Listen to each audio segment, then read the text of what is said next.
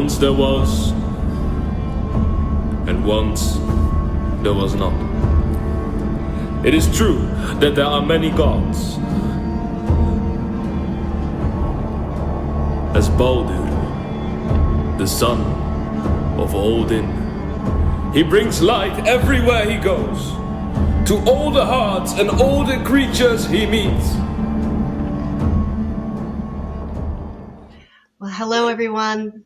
Welcome to Dissolving the Divide, back for another episode. Really interesting topic today. We're going to get into some sacred geometry and some very deep stuff. We got a special guest.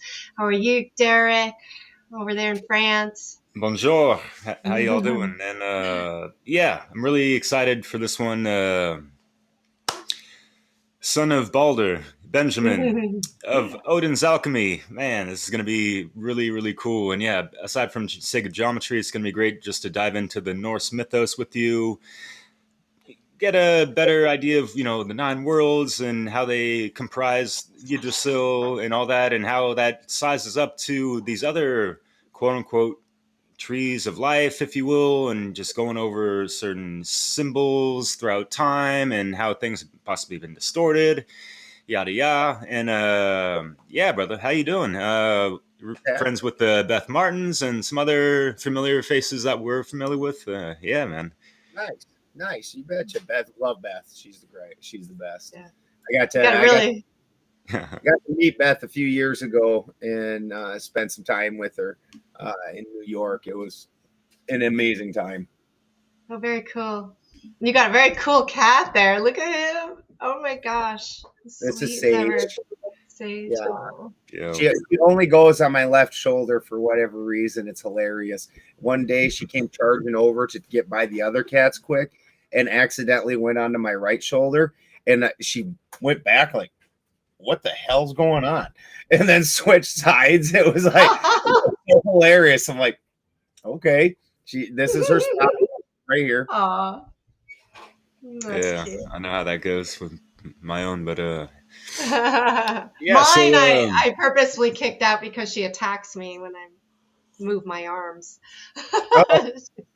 She's like crazy. Anyway, tell us more about yourself here, Benjamin, and what brought you into this world of Odin's magic here. Well, I guess, I kind of started on the alternative path when I was, I believe it was about 1987. I was about, and those Time Life books had come out, and all you had to do basically was just sign your parents' name, and they start sending you these fucking books, And like my parents are never home, like, so I just signed it. I got like 4 of them buggers before I took an ass whooping. Yeah, so, like, what the hell is this? Like, and but they were super interesting and nothing I'd ever heard of before. And before that, even by the time I was in 2nd grade, they pulled me out of school and had me tested, and I had college level reading comprehension when I was in 2nd grade. So I'd heard of a lot of things, chewed through most of the things that were readily available, and things like that were not. So that was super interesting to me. It was more out of body experiences and ghost stories and paranormal type things. His old Time Life books, and I didn't get all of them. I think there was probably like 100 of them. I seen them in a used bookstore one time. They had a shelf full of them, but I only got about 4 of them before I took a whooping. And then they didn't come no more. The 4 were worth it though. They were good. But it kind of started me down that. And then, then as I got older, I started moving on to more different occult things and whatnot, and those had my interest. And what really kicked it off was I developed, always had it, but it started manifesting, was Wilson's disease. So I have this imbalance where I can't process copper the way other people do. And it goes to my brain, and then I'll have grand mal seizures. And they started out giving me, believe it or not, Klonopin, which is a benzodiazepine that a lot of people have real issues with, was originally developed as a seizure medication. That was not developed as a mood or, you know, anxiety reducer drug or anything. It was developed as a seizure medication. So I was taking these giant fucking benzodiazepines, and then also, because I'm taking it for seizures, not for mood. So they aren't, you know, giving it to me the same way they would for somebody like, here, have a little happy pill. Like they're like, oh, you got seizures, you know, here's a giant dose of benzo. Yeah, and then Seroquel was the other thing. Turns out at this point is an antipsychotic, because they knew that they were about to benzo me out. So they gave me an antipsychotic to try and balance the benzo. And literally I jumped up to about 260 pounds. I couldn't tie my shoes. Bending over that long I would get vertigo.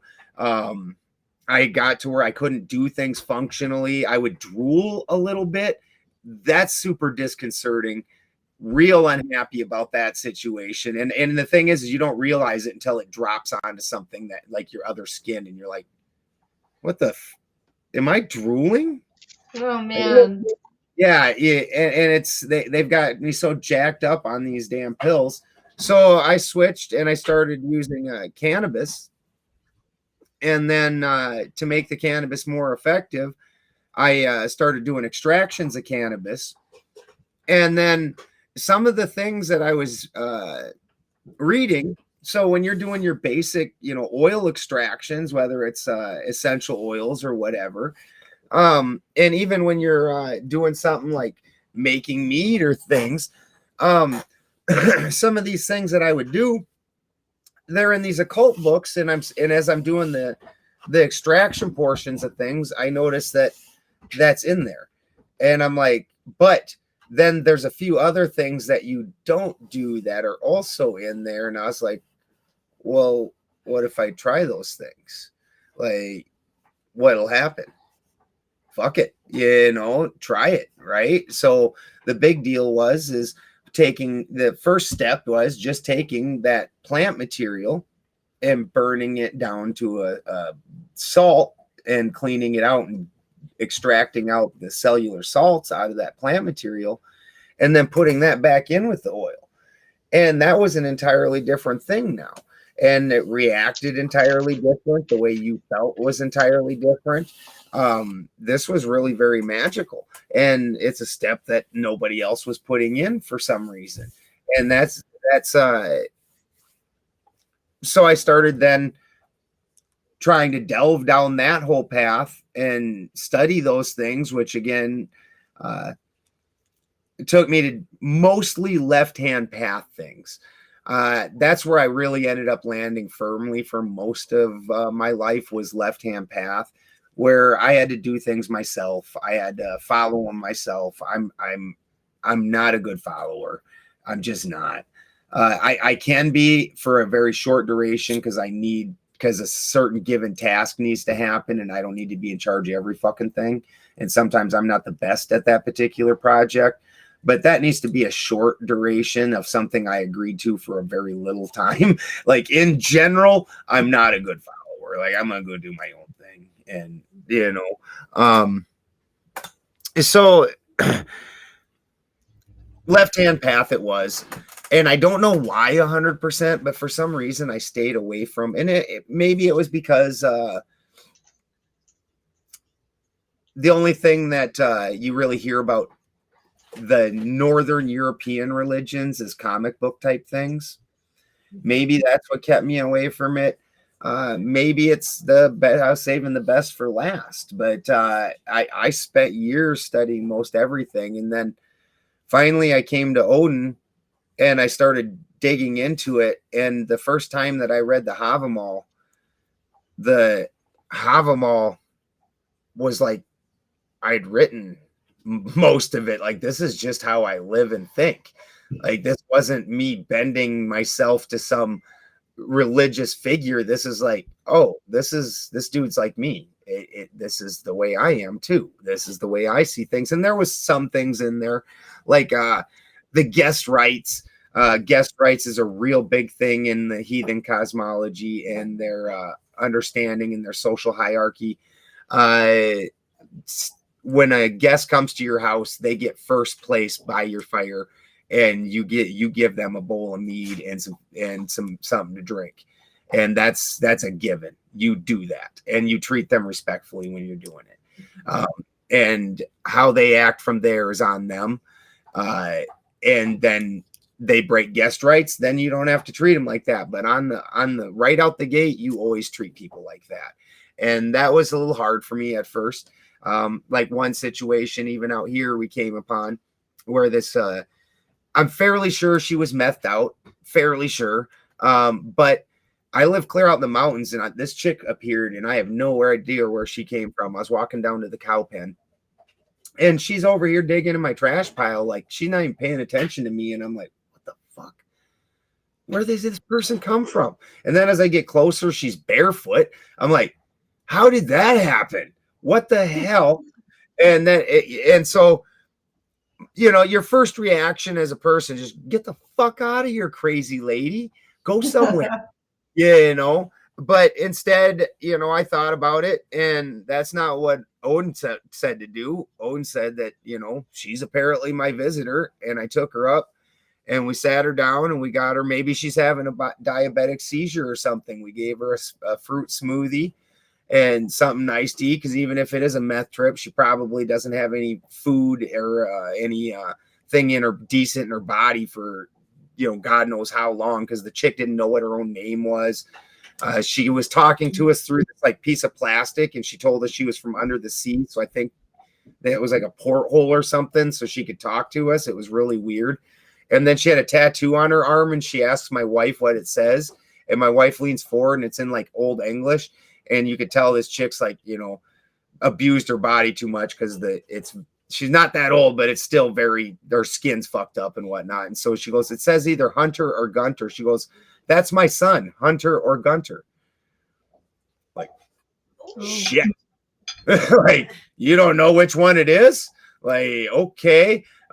So, but, you know, normally you would have gotten rid of that person, just ran her off or something. But that's just not how you act. And so there's times that I've had to, you know, make a little bit of a adjustment, you know, because I trust that Odin knows the right way. I'm not like I don't pray to him or it's not a follower that way, but it's more of a mentor teacher situation, and that's how he would act. And I want to arrive at the same place he did, because for me it's a journey of becoming the All Father. I don't think I become Odin, but you become like Odin, because Odin went through this he wasn't born the king of the gods. He had to go through a journey where he threw his eye down the well in order to receive the wisdom, in order to open up the wisdom. And then he had to go hanging himself on Yggdrasil in order to bring that all together and grab the runes and understand the world in its fullest. And that's when he became the king, and he was something more. And so there's a whole path to that. And I trust that he got there. So I should probably emulate, and it's more of an emulating type situation. And he says that this is how you should treat people. And well, I guess, I don't know about the fucking methed out chick over here, but I guess, well, we got her to the hospital, you know, because we didn't know what to do with her. So we took her to the emergency room, and, you know, whatever. Mm-hmm. So there's a social code of sorts that came from that. Yeah. How to treat people in these harsh conditions. Because there's times that if we would have, because there's nobody that lives down below me. She could literally walk around in forest for 2 days and never see a person and die. Like that would have been her future if we had not taken her. And so, you know, it's the right thing to do. And then back when the Havamal was written, during those times, somebody shows up at your door in the middle of winter, especially in Northern Europe, they're a dead man if you don't give them some food and some warmth for a day. They might die 2 miles down the road. So it's only right. It's only right to treat other people like people, no matter who they are. So that's very interesting. I like that story, and I wonder, could you share more background around the story of Odin and Yggdrasil and how he went around to each world? Absolutely. Yeah. So as I started studying more deeply in Odin, into Odinism, then the funny thing is it just, again, it stuck right with me. And all of a sudden one day, and this is just not like me, I'm not a joiner. I've still never joined a kindred. It's just not the type. I'm not that type of person. I joined the army. That was like the one time, and I learned I don't do that again. You know, I didn't do that. That's all you needed. That was good. I did that once. I'm cool. It wasn't bad. I actually didn't have a horrible time in the army. But I spent most of my time like in Germany when I was overseas and whatnot. So it was all right. It was a good time. Was it Heidelberg, by the way? It was Misau, a little town outside of Kaiserslautern. Okay. Right on. I know there's a big U.S. military base out in Heidelberg. So Yep. Got a friend out there, but yeah. Did you learn German by chance? I did when I was there functionally. You know, this was 1995. So it's been more years. I've forgotten most of it. And honestly, most of it, and this is one of my arguments with people, because there's so many people, especially in the truth community right now, that will tell you that our language is Latin based, and it's not. It's German based. And even in the Gnostic side, like I've had people come at me and they're like, oh, the sun is this because of Latin, and it switches to this and this. And I was like, yeah, but the sun in German is Suna or Sune. You just drop that eh. It's just sun. Like, it's because it's a fucking German Latin, just like toiletten is toilet Latin. You know, or cigarette is Zigaretten. Like you get over there and you look up and you see toilet and you're not really fucking confused about what's going on being from America. You're like, I'm pretty sure I got to go over there to go pee. Yeah. There's the same in France, but to a lesser degree, maybe. But yeah. I find that I do real well with, again, if I went to France, it would probably be interesting. And it's interesting that we started out, because I live in Humboldt, then you say you're from France, and a shocking number of people from France show up at during we call them trimigrants, and they show up during trim time, and a shocking number is from France. It's the biggest, at least hash smoking country in Europe, but yeah. I didn't know that. I'm actually from the Bay Area, though. I've been living in France for 14 years, though, but yeah. Oh, nice. Yeah, you went the other way. Word, yeah. Had that French wife life for a good decade, pretty much. So yeah, c'est la vie, mon ami. We had 5 French girls show up one day looking they were supposed to go do some trimming or something, and our one guy's single, and I'm like, you could have caught one of them. She was yours for the taking, bro. There was 5 of them. At least one of them was going to be too slow. Oh my goodness. Yeah, they were all French girls and confused where they were. We had to point them out because none of the roads out here are marked. So scary. Maybe not so much anymore, really, but used to be. Yeah, we got where they were supposed to be. But I had to poke some fun at it, but it was funny because they were all French, and they had said just a lot in the grocery store parking lot. There's always immigrants trying to get jobs, and I always ask them if they want it. I'm like, yeah, I've got fence to put up, and then they don't talk to me no more. Like, yeah, let's go do some work. Like, you got some work? Yes, I do. They don't want to do that work. No, they don't mean that work at all. Anyways, so back to Odin. Yeah, so the Odinism just it just fit like a glove. And I looked at Christy, we were driving down the road, and I said, I think I'm an Odinist. I think that's what I'm going to do. And right when I said that, a flock of ravens, which don't even normally group together, shot up out of the ditch on the left side, and Christy was driving. So I was like, wow. And I caught out of the corner of my eye, there was 2 wild stallions running. We were in Nevada. Oh, wow. And there's 2 wild stallions, which that's Odin's other animal. And he's known as the horse lord. And they were charging through a field. And I was like, wow, that's crazy. Well, fast forward, and I keep studying. And eventually at this other place that I had over by Reading, I had a rock that overlooked the river, and in the river there was like there was a little waterfall, and the way it would hit, it would make this little swirling pool, and it was really cool. And I would just kind of sit there and think about things and meditate or whatever. And I was thinking about it and studying a lot of things, sacred geometry being one of them. And Odin then said, I'm 3 minds, not 1. And the normal, what's considered the Northern European, the heathen tree of life, the Norse tree of life, that was floating in my mind, but 3 of them were doing it, like floating in front of me. And it was 3 of them. And he said, I'm 3. And so then that was it. And then, and then he said, you are the spider.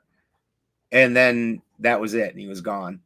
And I opened my eyes, and there was this crazy spider web that was really intricate right in front of me that sure as shit wasn't there when I sat down.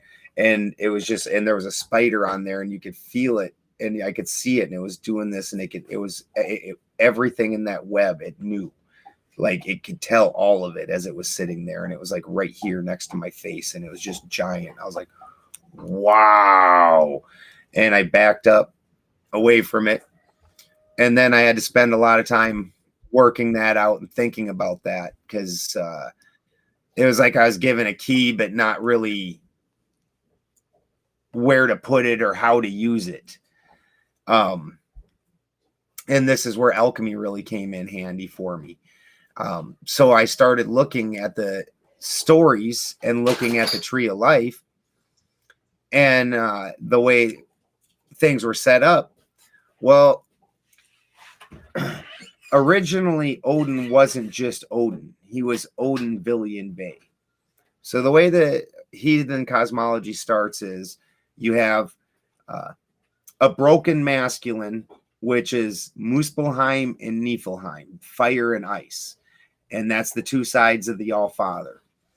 And then you have the All-Mother, or Gununga Gap. And the 2 sides of the All-Father are polarized against each other. And so through Gununga Gap, she pulls them together, and make sure he's not trying to hump on her. Yeah, heat time.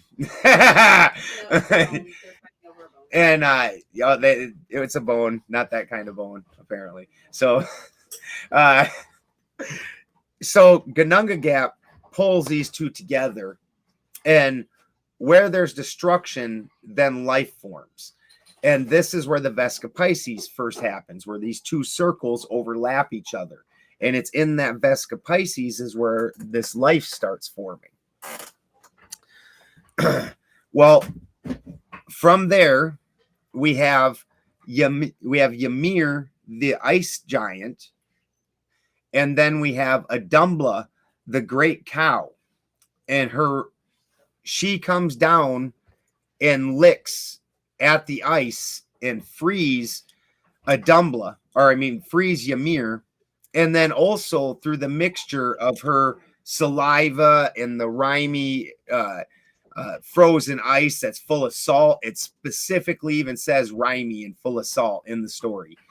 And between that, and then she starts leaking milk, this is where the other creatures start forming. The other first creatures start forming. Well, from that, the giants come, and the giants, and then also, some people want to say that Buri and Bor are the same person, but Buri would be the first god, and then Buri has Bor, and then Bor and Besla, who's a giant, have Odin. And Odin and Vili and Ve. Now, this is three brothers. Now, from these three brothers, they craft man. And this is very interesting.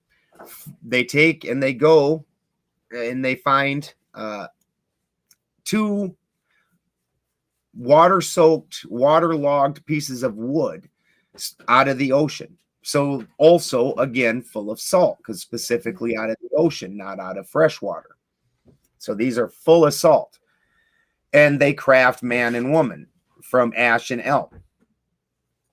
Well, Odin gives them their high mind. They gives them their name or your ego. And Vili gives them their walking power. So these are three specifically different things. And then you can take in these three trees of life that he was showing me. One's the Odin tree, one's the Vili tree, and one's the Ve tree. So later, Odin, as he sits on his throne and has Hugin and Munin, his ravens, traveling across the world, bringing him back all the happenings, all the knowledge of the world. He realizes, because there's a prophecy that his son's going to die, and then this is going to trigger a series of events that ends in the fall of the gods and the doom of the gods, that he doesn't know enough, that the knowledge is not enough. You need wisdom. So he goes to his uncle who oversees this well. And he asks his uncle to have a drink of this well of wisdom. And the uncle says, yeah, you can do that, but it's going to cost you an eye. Now, now as an alchemist, the oils job, which is the top tree, because then as an alchemist, not just Odin, Vili, and Ve, the trees are then your sulfur tree, your mercury tree, and your salt tree. The three pieces of a plant, the three pieces of a person, the three pieces of a god, the three pieces of everything, as above, so below. And so the same thing's happening then here. Well, the oil tree is supposed to open up those salts so the sulfur can pass through them. We'll talk more about that in a little bit. So I already understand this as an alchemist. So I understand that this high mind is supposed to go down to this salt mine, and he throws his eye into the well and gets it down through the liquid, the mercury, and goes into the salt mine with it and opens up that lower mind, that wisdom. And what that is your epigenetic wisdom, your ancestral wisdom. Imagine knowing everything that your father, your grandfather, so on and so forth for 10,000 generations before you, if they had all lived here and all their knowledge was in your head at once. Imagine what you would know, like things that come in 500-year cycles. You're like, yeah, that happens every 500 years or so. It just, you got to be ready for it. So this is, imagine that. So this is what he's doing. Well, then he realizes that he has to put this together. So Odin goes to Yggdrasil, and before this, he's Odin, Vili, and Ve, but he sacrifices himself to himself in order to become one. So he sacrifices his ego mind, his Ve mind, so that way his Vili mind and his Odin mind can become one on this plane. Just like in alchemy, where I take this plant and spagyrics and I break it apart and I break down the ego and I burn out the carbon, which belongs to this earth, this plane. I break down the water, which belongs to this plane, and then the cellular material, and I break it down to its basic mineral cellular salts and its oil and its sulfur, and then I put that back together.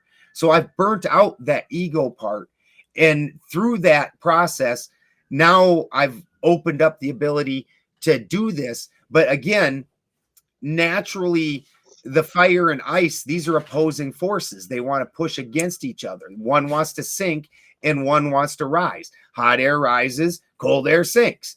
Like, they don't naturally want to go in the same direction. So as an alchemist, you're forcing that shit to happen. Well, that's what Odin was doing on Yggdrasil. He was forcing his through the sacrifice of his ego, forcing his high mind and his ancestral mind together and becoming more. Because now you've got control of the future and the past, and you're living here in the present. This is where you manifest things. You have all the power because you control both sides. And this is where Odin became something more. So through those stories, then, and through the understanding of alchemy, I interlocked those 3 trees and made my own tree of life. Yeah, that's a really cool video you did, and I liked how you did that overlapping thing of like a true Ouroboros type of the positive, ever flowing feedback loop energy, self-perpetuating in a sense. Exactly. And that kind of, because I've never heard anyone say anything like that with the 3 trees in respects to Odin, and for me, more recently, like kind of understanding that Odin is the true original thrice great as well. Yes, exactly.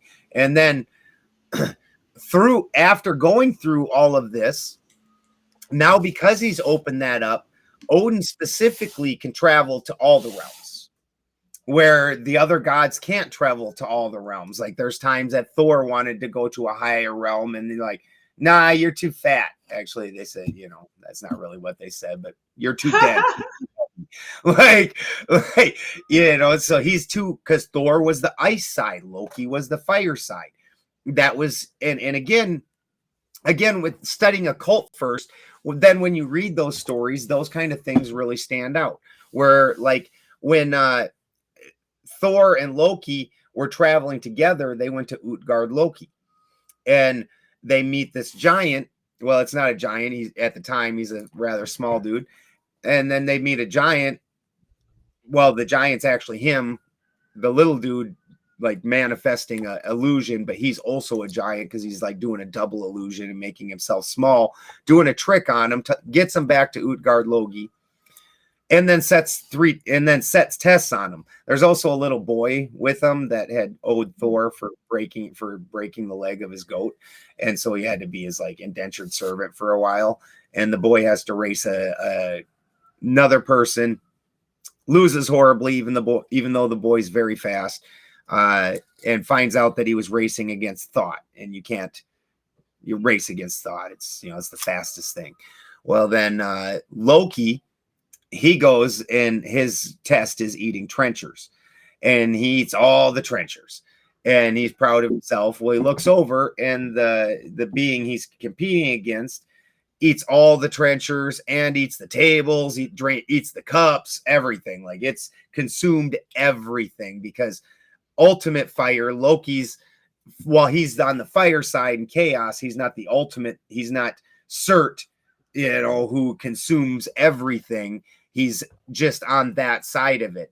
And then Thor has to go and wrestle with old woman who wrestles him down to his knee, and or he wrestles. Yeah, it takes a long time, but she wrestles him down to his knees eventually, and she's wrestling against time. He also takes a drink of the ocean, but that stability. And even though Thor is on the stable side, he's not as stable as time, like by any means. So eventually that outweighs him. So you understand these understandings of Thor and Loki through that very specifically. So not all the beings can travel all the realms by any means. And Odin specifically had access to all of it. And in fact, when you look at it, even like the Utgard Loki story,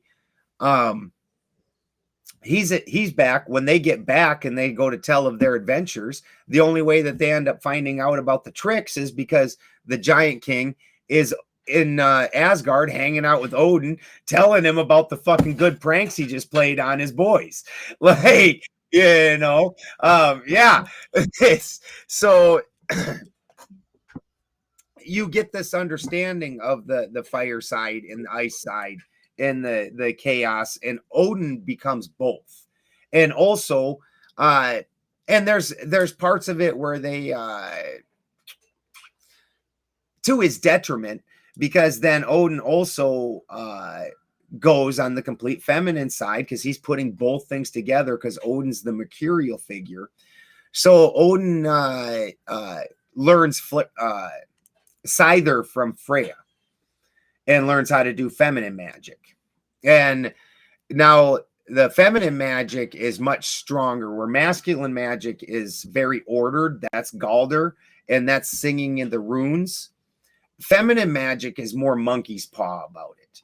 Like, there's a very strict path with the runes and with Galder. Like, you watch the Tree of Life video, you can see things are specifically in a certain rune, in a certain et for a reason, and they fit with this for a reason.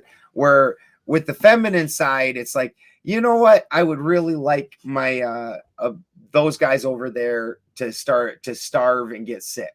And then a fucking plague starts and locusts come and all kinds of crazy shit. And there's stories about that in northern legends. And that's why they ban Scyther in a lot of places, because a lot of that on the feminine magic, you've got to incorporate. And this is what Odin was learning.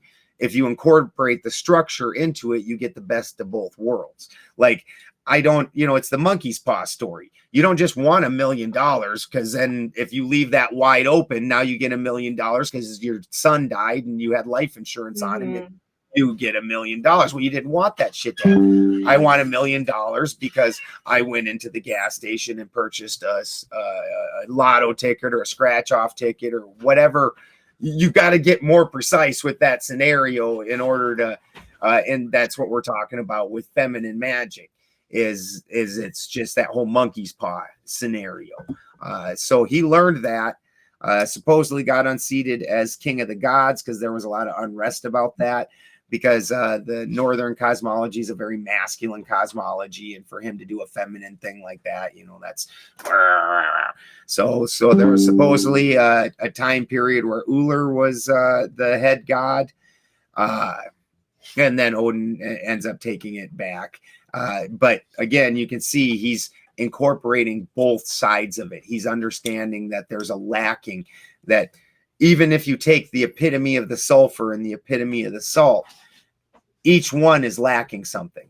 And it's not until you put them back together, just like I did with them initial experiments where I started taking that purified essential oil that was only so powerful. And I started then taking the plant material and getting the salts back out, putting them back together, that I found something much more powerful. And the same thing is applying to you.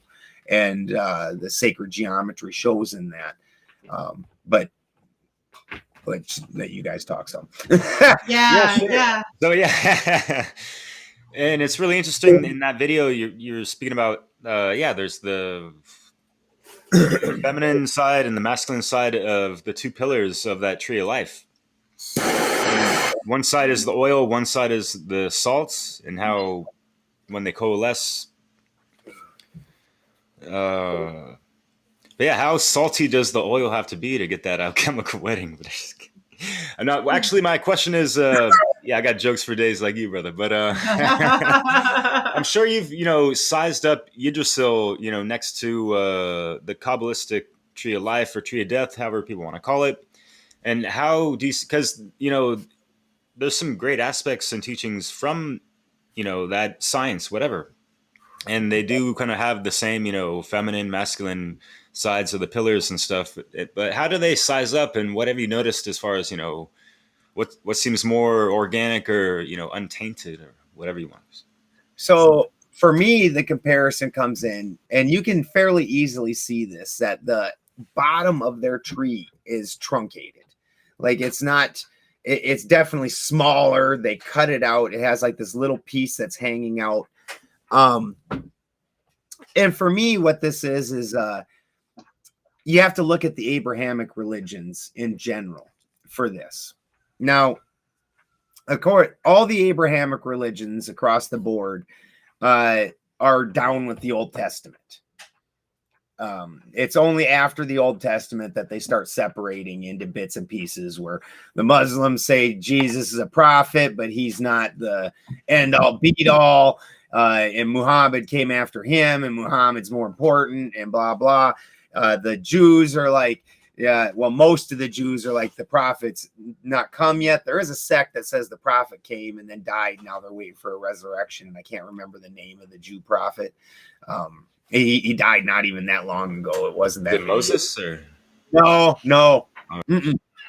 Modern, very modern, like died like within the last 20 years or something like that. Like it's a very modern dude. And they think he was the prophet. I think this is probably falls into, if you follow the whole, they're building the third house and rebuilding the house of Solomon, and all this is happening right now, blah, blah, whatever.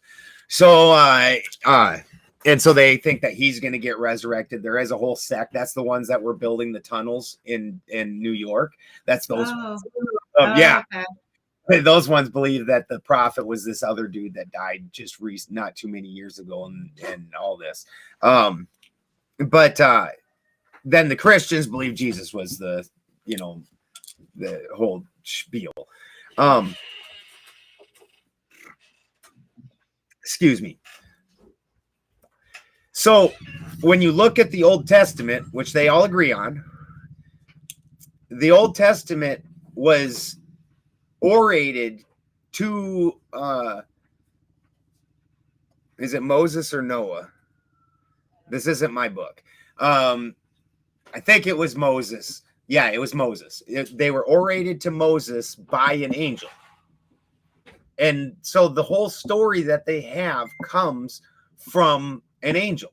Now, if we remember what we started out with here, the fire side and the ice side are oppositional.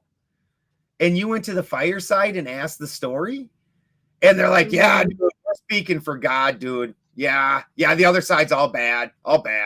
And that's what you're going to get anytime you ask one team. Like, yeah, in any war, if you went to one side and asked if those guys are the bad guys, fuck yeah, they are. Them are really the bad guys. Nobody's like, no, we're the bad guys. It's us. We are the shitheads. Yeah, like, nobody says that. So it's orated from angels. So you're literally, and he supposedly transcribed what they said and whatnot. Well, so I'm getting a story of an angel is what you're doing with that.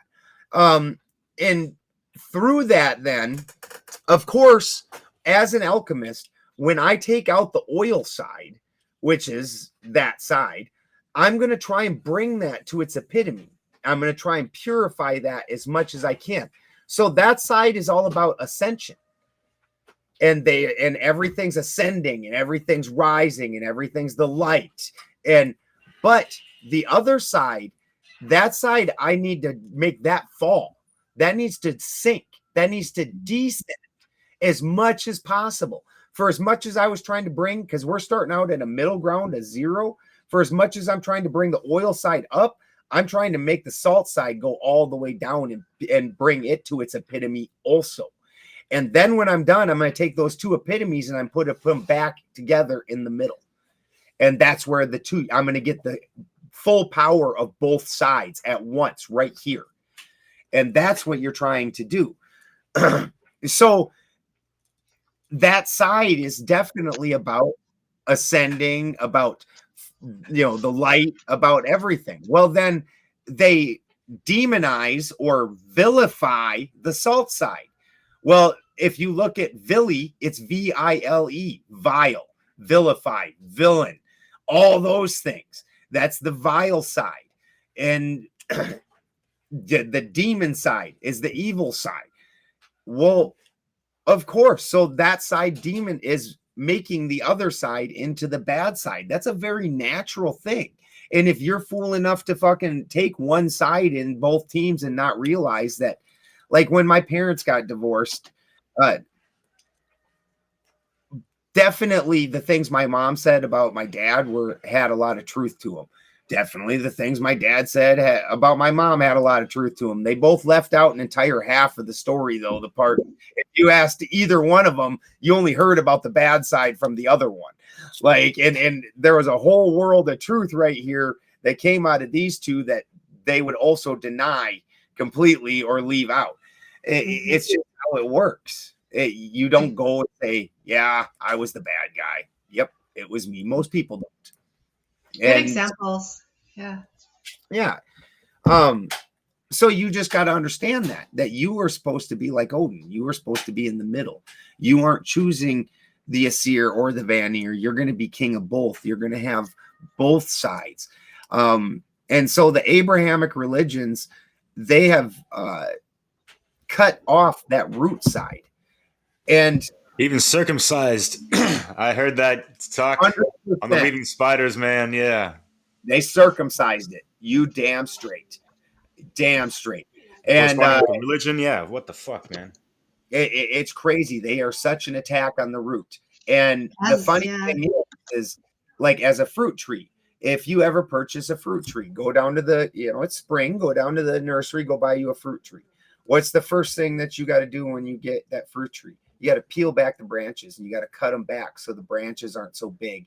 And you got to let that root structure go in and settle. You don't even want it to fruit that first year because there's a good chance if it fruits well, it'll start uprooting itself and rip all the fine hairs of roots. The main ones might survive, but all the little fine hairs that are the ones that are actually doing the collecting and doing the work, those are gone. Like, you don't want that to happen. You got to let that root structure go in, and your fruit zone can only be as big as your root zone. So if you only have a tiny little root ball, you can't have a big old fruit. It'll just tip over. The tree's dead. Wow. I really like how you are really bridging between the spiritual and the material, right? The alchemy of spagyrics, right? This kind of advanced tincture creation and understanding alchemy at this very real concrete level, but also recognizing that it is so much bigger. It's about our soul, I guess. Right? And this is where these philosophies derived from, was the lab.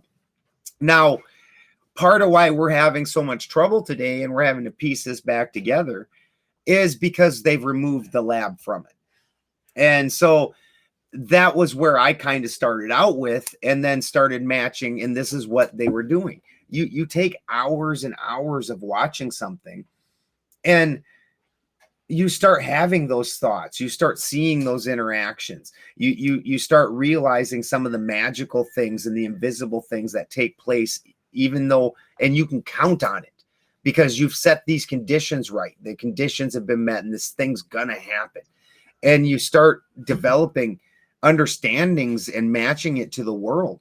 And then in the 1800s sometime, you had a real takeover the occult. You had the Theosophical Society, and Blavatsky and some of them had dug up some real crappy books by guys like Gottfried Higgins. And this is where the out of Africa theories come from, which is just garbage. This is where the whole language reconstruction, where it all turns into bibble babble, where all these guys that do all the bibble babble nonsense, that's Gottfried Higgins and the Theosophical Society. So Blavatsky dug up these, and at the time when those books were written, nobody bought them. There was 200 of them printed. I believe it, if I remember the story right, about 30 of them were salvageable, and then it's only upon cheap reprints, once the printing press had really made a thing, that they started reprinting whatever, and like, yeah, this book's old, it's rare. Like, and that didn't mean it was good. Yeah, real garbage. It's so weighty. It's that Anacalypsis is his big book on that, and it's like trying to read the secret teachings of all ages, where like maybe 0.1% of society could even wade their way through that and hold the attention span to do it. So, people spout it. Like when she would spout it, nobody's going to refute it because they don't want to bother even looking.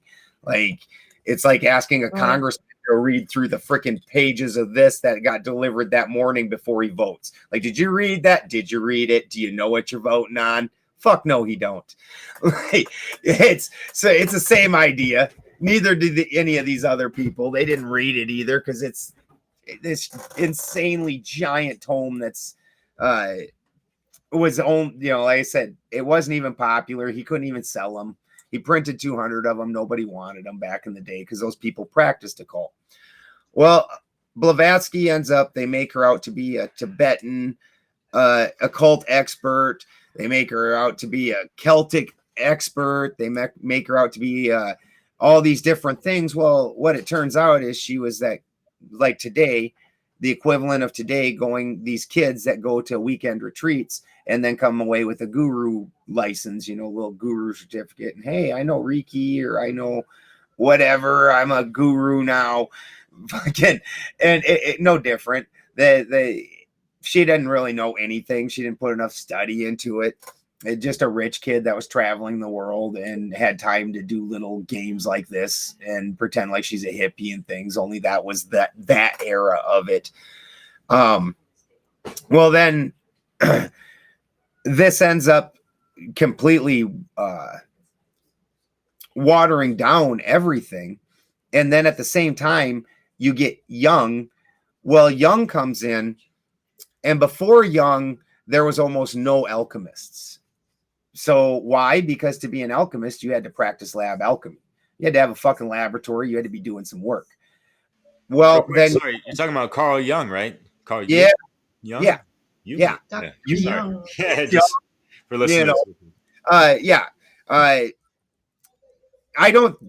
I think he was a good psychologist. He had some nice, good ideas.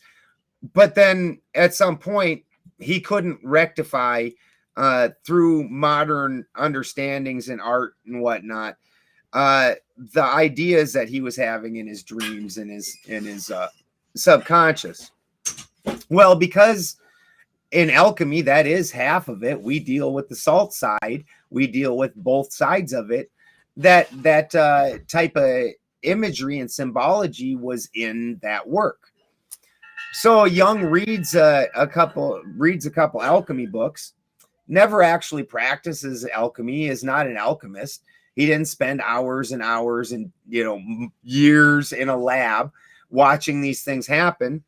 So what we have is the equivalent of, if you've never worked on a car and you go and buy yourself a 2000 Chevy Capri. I don't know if they made Chevy Capris in 2000, but whatever. And you decide that you're going to try and keep this car up and work on it, and you buy a Haynes manual and you read the whole Haynes manual. Do you think you know how to work on that car? You think you can go rebuild the engine of that car, tear that car apart, put it back together? No, you don't understand anything about anything until you start working on that car. And then you're like, as you're looking at the book and you're looking at you're like, the fuck? That is, and it's not till you've worked on it and done the stuff that you start having some understandings of what's going on. And so Jung, without ever practicing alchemy and becoming an alchemist, incorporated things he'd read out of an alchemy book into his psychiatry and his understandings. Well, then they turned it into Jungian alchemy.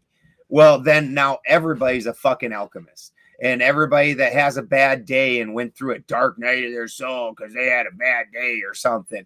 Like, are you kidding me? And now you're all alchemists. And now, you know, if you're cooking, I'm a kitchen alchemist and I'm a every fucking thing alchemist. And none of y'all even understand what alchemy is, which alchemy is not just putting some things together. Like, I literally take a plant that was a living organic being and I bring it to its epitome, and I have to break it apart into its component pieces. And then I understand, and it's only through this that now, and that's an old video, I've got to really make a new one, because now I have the even further understanding that, again, like I spoke about at the beginning, the fire and the ice, Muspelheim and Niflheim, are both the masculine. Gununga Gap is what gave it life, made the life and the destruction. The feminine brings the life and the death. She's the life giver and the destroyer. So, but in that story, then, the fire and the ice are masculine. So the Mercury, this is why in so many occult representations, the Mercury has a feminine slant to it, because the Mercury is acting as the all-mother in this situation. And the sulfur and the salt are both masculine, and it's a broken masculine that is polarized against itself. And it's only through the loving mother that the masculine is rectified and healed and made into one itself. And then the alchemical marriage happens. So it's the sulfur passing through the Mercury into the salt and becoming one. And then the two things become married. So there's an even further understanding, but that understanding is only from sitting in a fucking lab thinking about what I'm doing for hours and hours and hours and hours. Yeah. Props to that. Yeah, very much appreciate that clarity. You know, and so then knowing, being in the lab, having been in the lab and seeing this process unfold, how would you then describe it as a psychological process or a spiritual process?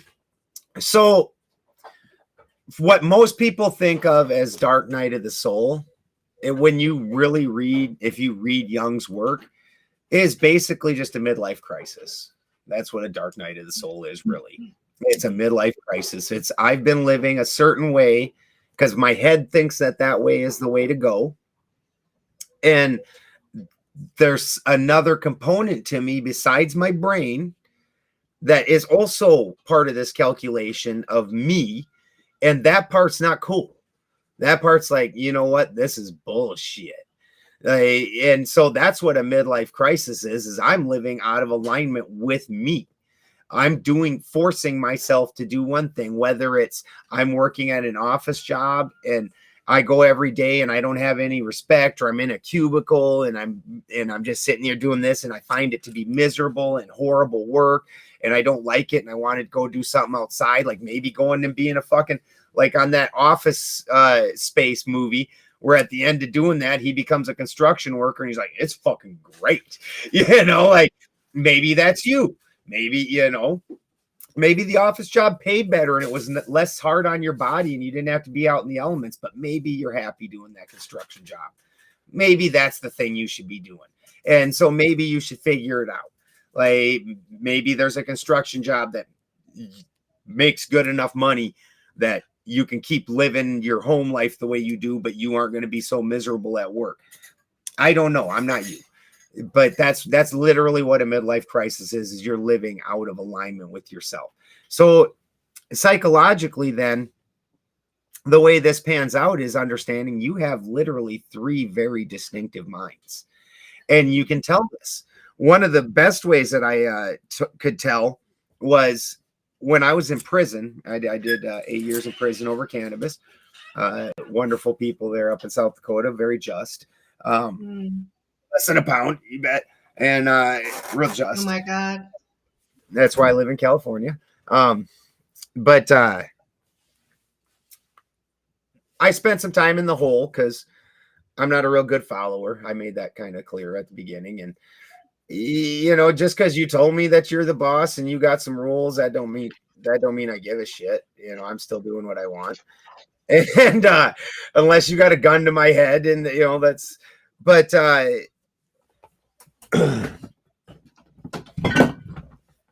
sorry. Yeah. I got put in the hole a lot. Well, down in the hole, there's some guys, and you'll see them, and they're doing what they call either a food strike or a water strike. And the idea behind this is to get the prison to give you some kind of concession, like you get some extra benefit, you get to call home because you haven't been allowed to call home or whatever. You know, one time a guy asked for a cheeseburger from McDonald's, like, you know, that's the idea. You know, you usually don't win, but they try. And they'll get put on like double rations for a while, especially if they do like the food thing. The food thing, you can go about like these movies where you crash in a plane and you're dying and eating other people in like 4 days. That's bullshit. I've seen so many dudes go 30 days, no problem, without eating. And like all they do is put them on double rations after that. Like they're fine. Like that's absolute horseshit. You eating a person after 3 days, you wanted to eat a person. You were waiting for that shit. Like you were not that hungry. You know? So, but water, that's a problem real quick. You go a few days without water, your body starts really getting bad. And the thing about your cell in there is you got a metal bed. If you're lucky and you were behaving, you have a mattress, a little thin mattress they put on there. And then you've got a toilet that's stainless steel and a sink at the back of the toilet. And at the top of the sink, there's a button you can push and you wash your hands in that or use it as a water fountain, whatever. These guys would be in their mind. They're like, I'm going to not drink water till the prison does what I say they need to do. They've told everybody their ego. They're a hard ass. Like they believe that.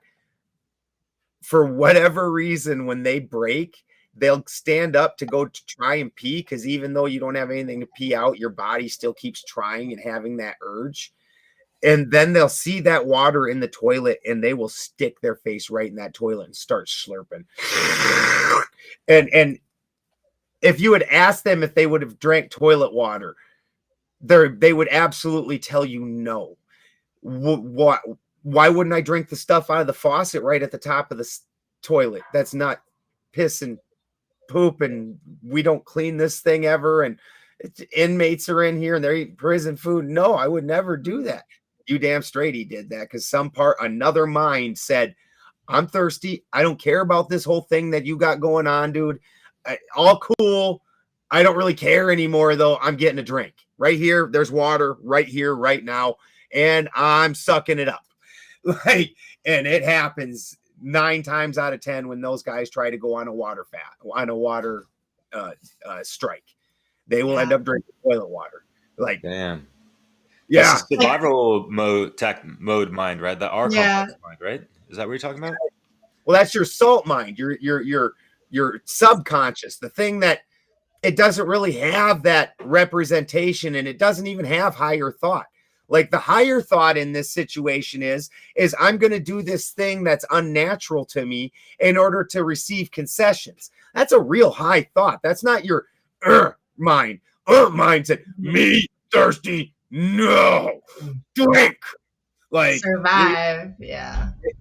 And your ego didn't want that. Do you want to be known as the dude that drank toilet water? Like all the other guys are now teasing you. Like, he did it. Hey, bro, he drank out the toilet. I shit in that 3 days ago. Yeah. You betcha. 3 entirely different minds. There's a thing that you want people to see, and that's your ego. That thing that people think of you, because everybody's got a different you than is you in their head. The you that's in their head is not you at all. Like there's all kinds of things. Even my wife, she'll say something, and my wife knows me better than anybody and there's still on occasion things that she'll say, and she'll like, no, Ben will never do that. And I'll be like, what are you talking about? Like, or vice versa. Like it's so everybody's got their own idea of you. This is your ego. And then you also have this idea that you want people to perceive you as. I want people to perceive me as this certain thing. And then that mind operates. And there's times that we all know we've been caught up in a crowd that does something, and our ego is the one that we don't want people not to think we're cool. We're not one of this group. We're not. And so we're doing things that the other minds, your high mind is like, dude, that's stupid. That's real stupid. Don't do that. Don't do that. Your ancestral mind screaming at you like, nah. And that ego is like doing it. All my friends are doing it. They're all going to dislike me. I'm not going to get this other person to touch my pee-pee that I really like. Like, not yet. I'm doing it. But your high mind had a different plan. You know, there's all kinds of people that will tell you that there's a something, and then you'll notice they're doing the exact contradiction of what that thing is later that day, because this mind is that thing. This mind says that's the best idea. Then you've got your root mind, your animal mind that's like, well, this is what we got to work with here. This is the body you're living in. This is the world we're living in. This is our material. And then you got the ego that's kind of trying to meet in the middle. You got three operating things here going on. And some people live in a discrepancy with all of them. They're lying to themselves. We've all met people that lie to themselves. Like, you know, you're not that person, right? That you're saying right now and pretending to be, right? Like, people lie to themselves all the time. This is an internal struggle. Like, there's all kinds of people that, you know, I'll be faithful to my wife. I would never cheat on my wife. And then all of a sudden you find yourself in the wrong situation. And what are you doing? You know, like this, it's getting laid out for you. She's really good looking. You know, like, are you that dude or aren't you that dude? Well, there's a huge percentage of dudes that get put in that situation that in their mind, they were never going to cheat on their wife. And here I am, balls deep, you know, ruining my marriage. My wife will never fucking trust me again. Oil turned never comes back. You can't unscorch oil, boys. Like you make a deposit, you know, somewhere else. The bank of fucking Fidelity never lets you come back. It's done. That's right. You know, but dudes still do it, and their hearts are broken over it, and they was so stupid. I don't know what else that you weren't thinking, dude. You weren't. Your high mind was telling you not to do it. Some other mind was operating this system. And so spiritually, then once you have that understanding, now you have to start kind of feeling them out.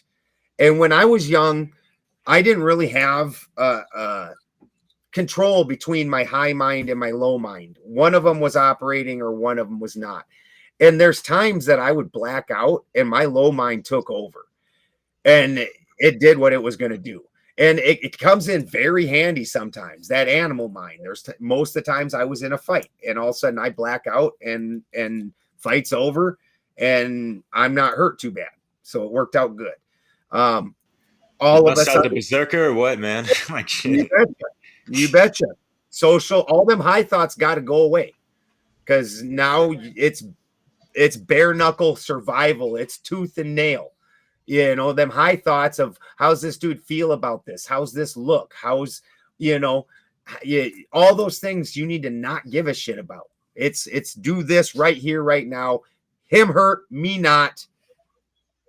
And so, and then you get drunk. You understand that your carings for the social hierarchy go away. You get in touch with your low mind then. Like, you're like, all those things the only reason you wouldn't have done it's because your high mind's like, yeah, that's not proper. But your low mind's like, yeah, I don't want to do that shit. So you start getting a feel for these three minds then. And then the key here is living in a way that makes all three of them happy. That's the big deal. This is where you don't then have this midlife crisis. You aren't living a contradiction of yourself. The dude at home, the way that dude, when people walk into my house and see the way I live, they're like, oh yeah, that's the dude. When people meet me in person, and this is for me, this is a huge compliment. They're like, Emily Moyer put it best. She goes, you embody high fidelity. Like what you think you're getting, that is what you get when you meet you in person. It's not a different person. And the things that you think how I'm going to act, or if you think I'm going to do that. And I understand that some people, that makes you pretty predictable. That's okay, because I'm living in alignment with myself. I don't, I should be predictable. Well, if Ben sees this goat over here hurt and caught in something, is he going to go help it, or is he going to keep walking and, laugh or do something mean? Ben's going to go help the goat. You should know that about me.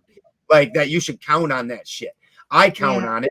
Like, so, and when I do that, I feel good. I feel like I'm a better person up here. Like I have a higher relationship with animals, and I'm a good person. And my lower sides, like my salt sides, like, well, that goat's is going to be providing me milk. It's part of my farm. It keeps, things grazed down.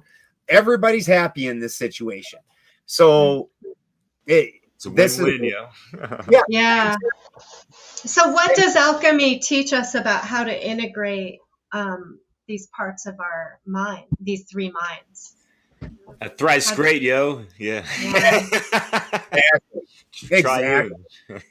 Exactly. And then you find out Odin also was first and third. And then that second is the one that got sacrificed. So you find out is the first thing that you've got to integrate into making this integration happen is, as an alchemist, when I go to burn down that plant material, which is the representation of this plane here, the more physical side of things, I'm going to take, and the first thing I'm going to do is put that into fire. And that fire is going to make that body go all black. And what is that black? That black is carbon, the thing that belongs to this plane. So what I'm doing is I'm bringing that carbon, that earth stuff, to the top and letting the salt fall out of it. I'm burning that out of it. And so if you want to take this path, you're going to have to let go of that ego. I'm going to have to quit giving two shits what anybody else thinks, how I appear, whatever I am. I need to just genuinely be me, for good and for bad, whether today I'm a hero and tomorrow I'm the devil. It shouldn't matter. I am me all the time, no matter what. And so to do that, you've got to burn out that ego, because the thing is, the funny thing about it is just like with Gandalf, when he comes back as Gandalf the White, and they're like, Gandalf, he's like, I was that person, because the ego's gone. It's not like you don't exist anymore, because the ego's here. People are still going to have opinions of you and whatnot. Talking about like the false ego, you mean like the shadow ego and all that. The thing that you've been projecting out, trying to fit into this plane, into this realm that you've been projecting out. You need to let go of that. You're not, all those things that are not true you need to go away. And some of those are going to hurt. Some of those things we really enjoy. Yeah. Yeah. And so this, how does one in a practical way get to understand the salt part, the salt mind within? Would you say when you let go of that ego, that helps one to see, so to speak? That definitely you start living more in alignment with yourself the more you do it. Where your salt mind, the best way to do it is to start exploring your subconscious, exploring that. And we all have those things that we like, our brain thinks it's a good thing. My brain tells me it's a good thing for me to go out and clean the shit out of the pen down there so my animals don't get sick, and that they'll be good. And my salt mind don't like it at all while I'm doing it. It's cool. It's not really a good time. I'm not even that proud when I'm done with it. Like, oh, the shit pen's clean. Yay. Gonna have to do that again in 2 months. But so we've all done things, or you're scared of shots, but you've decided, which I hope nobody listening has done this, but you've decided that you need to go in and get a shot because it's good for you. And your body's like, no. And you're like, yeah, but I need to do this. Like there's a discrepancy. So you need to start paying more attention to those more innate things. And I'm not saying that that's the end all beat all either. This whole process, because then there's that third in the middle, because this dude has to live out this life. So like if you're salt mine, like sometimes I get pissed off and I'd like to go rampaging and do some really illegal things. And you don't do those things because then I'm going to end up in jail and I'm going to lose my wife and my farm. Even if she stays married to me, I'm not going to see her for a long time. It's going to suck. Like, I understand the consequences of not answering to that call. That doesn't make it less of a want. But then understanding that want was still there. That now, was that a true complete want, or was that a momentary thing? These are all things that you need to start exploring in yourself, all the different hard feelings that you're having, all the different if I go out and I do something, like for me, I'm a very mountain person, hence I live out in the mountains. And when I go out and I walk through the forest and I'm looking around, I mean, wow, it is just like, I'm just fucking happy to be here, man. And so, but that's me. Some people aren't like that. Like Emily Moyer, who I'm real good friends with, she the idea of sitting in that kind of no, you can't get phone signal, nobody could talk to you, there's no noise, there's no nothing, that drives her nuts. She wants to be downtown partying and right in the thick of things. That's her. And she's happy. That's fine. We're not all supposed to be the same person, but you've got to find out who you are, what drives you, and figure out a way to incorporate that, whether it's work in the field that makes you happy, and or build a business that does it. You want art, go become a painter and try and get in with a high line painting place where you can do real nice stuff. And even that's not your art that you're doing at home, at least it's more in alignment with what you like doing. You're not feeling miserable. Like for me, the idea of sitting in front of a computer all day, I would honestly rather hang my damn self. I would hang it the fuck up. If you were like, for the rest of your life, you need to work in this cubicle for 8 to 10 hours a day and just sit over this thing and punch this buttons, I would just be like, oh, okay. And then I just go home and just hang it up. Like, no, not doing this ever. That you can't force that life on me. Like, this is why everybody asks why everybody thinks it's weird when farmers lose their land and they hang themselves. Like, we know we can go to the city and get a job. I know that.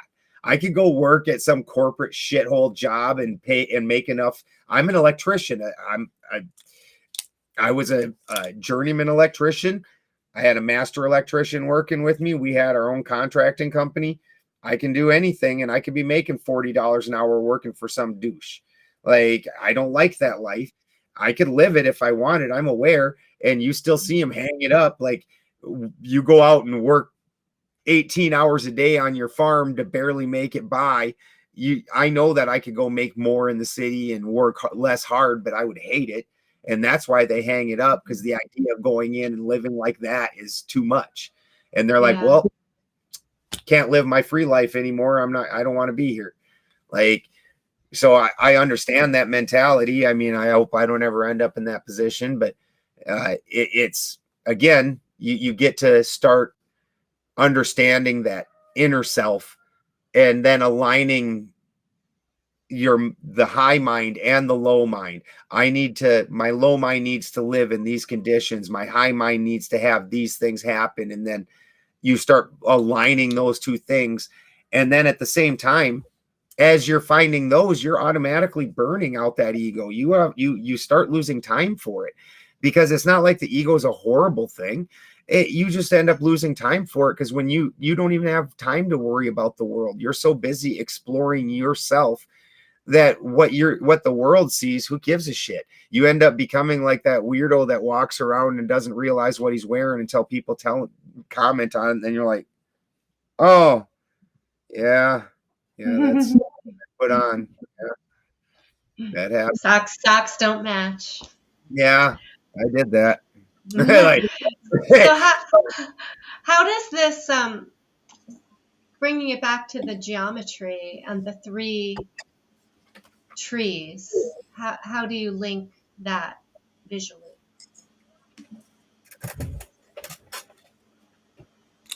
Oh yeah, we're talking about Yggdrasil,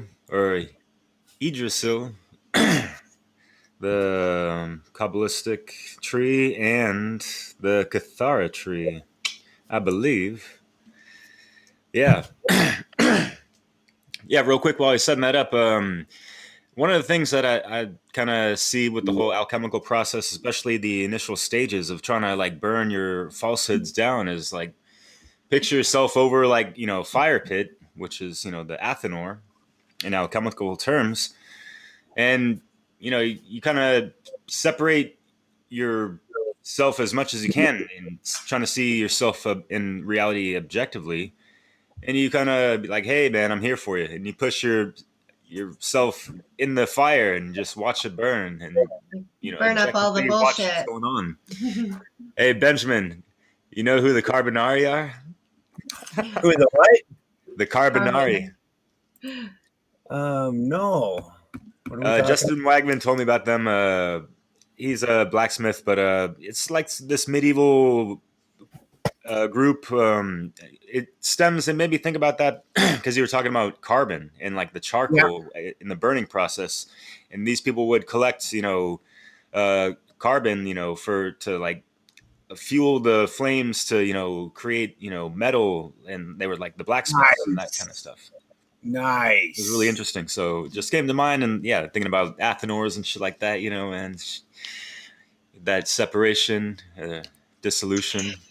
Anyway. So Odin threw his eye down the well in order to basically see deep into all levels of himself, right? Yep. So he could open up his, here we go. Thank God. Okay, share screen. Media viewer. Do you need to open the screen share for him, or is it already?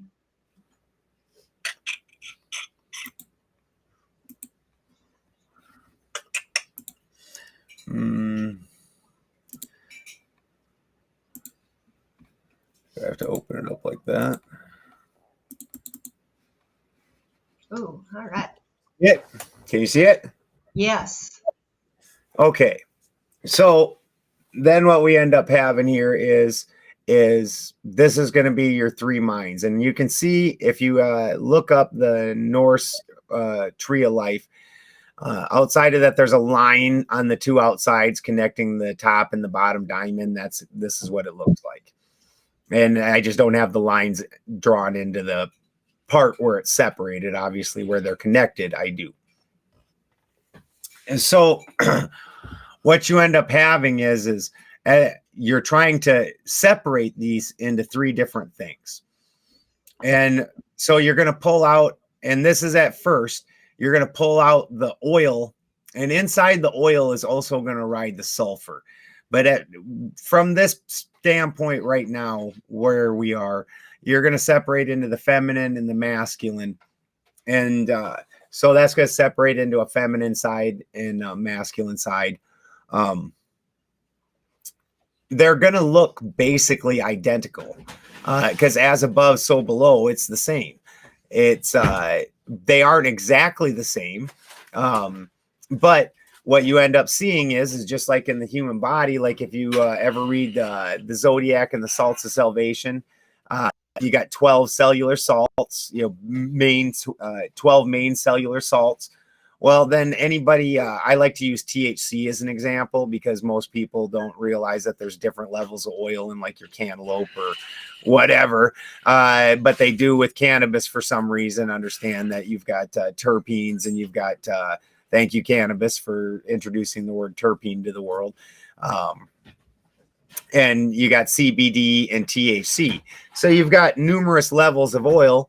And then also, thank you to cannabis, that you've got THC A, THC Delta 9, Delta 8. So you've got different basically configurations of what it is in your THC. So you got 12 oils then to match your 12 salts. And then when you're looking at this ego plane, the three diamonds represent your the water is your highest mind, and then your middle mind is your carbon mind, and then this is your low mind on this representation would be your cellular material. So if you hit the and the way you understand how the mechanics of this works is your heart is this center, right? This green heart center chakra, because then this matches your body also. So the center chakra, here's your throat, here's your third eye, and then this will be your crown. So this green one right here, where these three meet, is the heart. That's part of why that heart center is so important, because that's where your high mind and your low mind are meeting.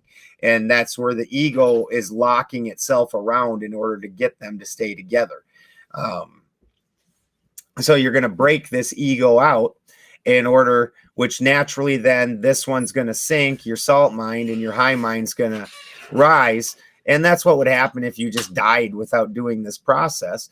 And it's a natural process. If a plant dies out in the field, the oil and the water evaporate off and it rises up, and then the plant material degrades and the carbon releases out of the cellular material, and all that degrades, and eventually the salt falls out of it and goes back into the earth. And so the salt side falls, the oil side rises. But as an alchemist, I'm going to force these two things back together, because they're oppositional, but they're only oppositional because of where they're standing from each other. So like if you take and put your two hands together like this and you spin them, it looks very oppositional, but then when you put them, you can align it and they're actually going the same way. And this is what you're doing. You're just realigning them, these two forces back together. But that requires a lot of mental understanding and forethought and work. So this isn't something that just happens just out in nature. This is bringing something to its epitome, bringing it to a higher thing. So we're going to burn out this center. The colors didn't mean anything. It was just the colors of pens of markers that I had when I drew this. But this aqua or teal or whatever you'd call this, you're going to burn this one out, because this one's going to have the water is going to be the top triangle, and that's going to evaporate out. And then the carbon's super weird, right? So every piece, so the carbon being on this heart level, it kind of, a little bit of it dips below and a little bit of it dips above. So that's super interesting, because carbon, when you're playing with it, it's a solid. It's not like like an oil or anything like that. It's not liquid. You know, you don't see liquid carbon run, all over the place. But it's a solid, but then if you hit it with fire, it evaporates. So that one's also going to evaporate and go up, the carbon and the water. And then what's going to be left is the cellular material, the cellulose, cellulite, the thing that was the outer wall shell to let all this life happen, and this is why, like, you pick up like a old piece of wood when all the life's out of it, but it's still got the cellular material. That wood weighs like nothing. Like, you could throw it like a damn football. There's no weight to it because all the life's gone out of it. And coincidentally, that's the wood that's the best stuff for like petrifying. When you soak it in a mineral bath, then the minerals all take the place in those pockets where the cellular material hasn't collapsed yet. Anyways, that's the ashes to ashes, all that nonsense. So these two are then going to collapse back. Can I ask you a question real quick? Because it corresponds to Yggdrasil, because it's also called the ash tree. Yeah. And how does that relate to what you're kind of just talking about in regards to alchemy and all that? Well, we are made of wood. And it's super interesting. And this is something even recently I thought of. You can take so much plant material and put it out somewhere and leave it to compost, and very little life usually shows up in it. But if you throw some old wood in there, or some cardboard made of wood, all of a sudden there's worms and beetles and microbiome, like, just comes like mad. And so the for me, the tree then is the representation of the best representation of how things work in this world, because you've got a top fruiting section, and then you've got that center pole, which is the kind of the ego section, and then you've got a rooting section, and the fruit and the root match, and that almost makes like a circle going like this going on. And then you've got that center pole where these two things, and if you think about it, where the two circles cross each other, you know, each of those circles has a dot in the center, and then once the two circles cross, the dots line. You know, so this is exactly what we're seeing. This is really just very basic sacred geometry. The lines, the tree of life in and of itself being the masculine side of things. And then the flower of life, or the fruit of life with the circles, being the feminine side that you overlay, which I actually have that, at least a little bit of a representation. I don't have the full, but oh yeah, feel free to hit the screen share again. I didn't want you to exit that out just for my petite question. I just wanted to see your face. Thanks, bro. Yeah, you know, very sexy, very sexy. That's it. That's what we're here for. Yeah. Yeah, I knew it. I appreciate that. Oh, shit. Your viewer. Oh, that's what I needed right there. Yeah. So you can see here where this would be, and this does match where the Kabbalistic. So you can see the two lines, two outside lines, and then the third line would be that center pole. And then the feminine is what's actually causing things.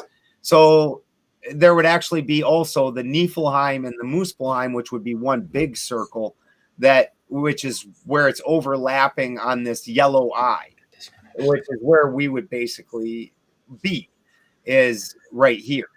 Mm. And so you can see the feminines where all these flower shapes come from. Depending on which tree of life or whether you're looking at that or just the basic tree of life, I have some other representations. You can really find literally every occult symbol in these things, and depending on which pathway of energy you're following.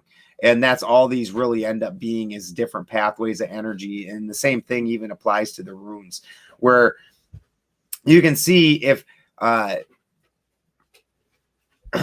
if you work your way up from the bottom, you can see like the top one's an easy one to see, where you can easily see Othala in that top rune.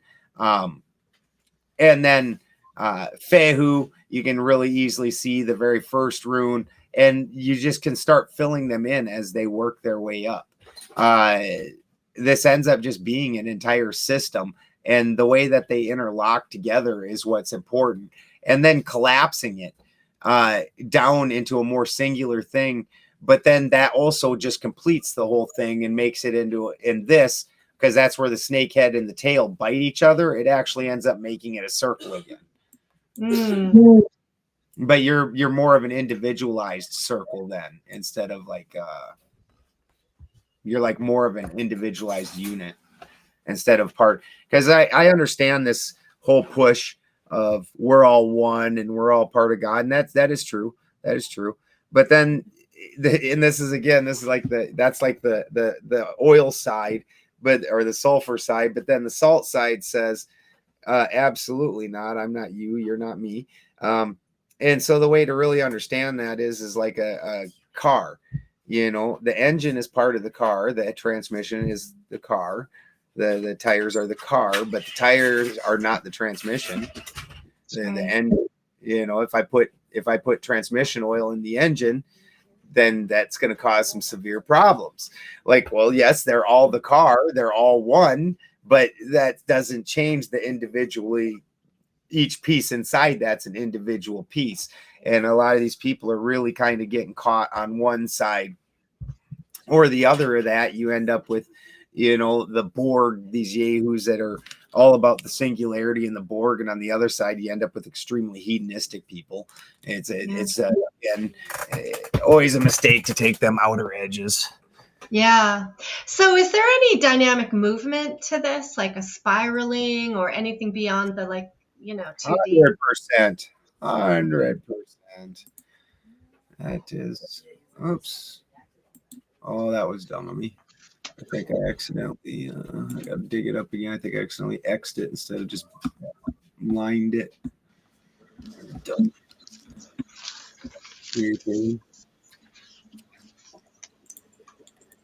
Yes. 1 second. And that was my Flattoberfest presentation last year, was this. Okay. And one. Sorry, I'm used to StreamYard. Oh, That's yeah. okay. Looks like you do get onto the computer some now. Yeah. Probably more than he wants to, but mostly just for this. Y'all run marathons, yo. 5-hour long streams on feeding spiders, yo. Holy smokes! Like you betcha. We don't mess around. That's my my social time for the week. I don't go out at all or do anything like that. I literally my truck burnt down at Flattoberfest last year. My truck got stolen from the casino parking lot, and then the audience, the community was good enough to do a GoFundMe, put together some money, and help me get a new truck. And then that fucking thing burnt down like 2 weeks later. So I've literally, I've not set foot off my farm, off my land since November. Wow. Holy shit. Yeah. So that is my social time.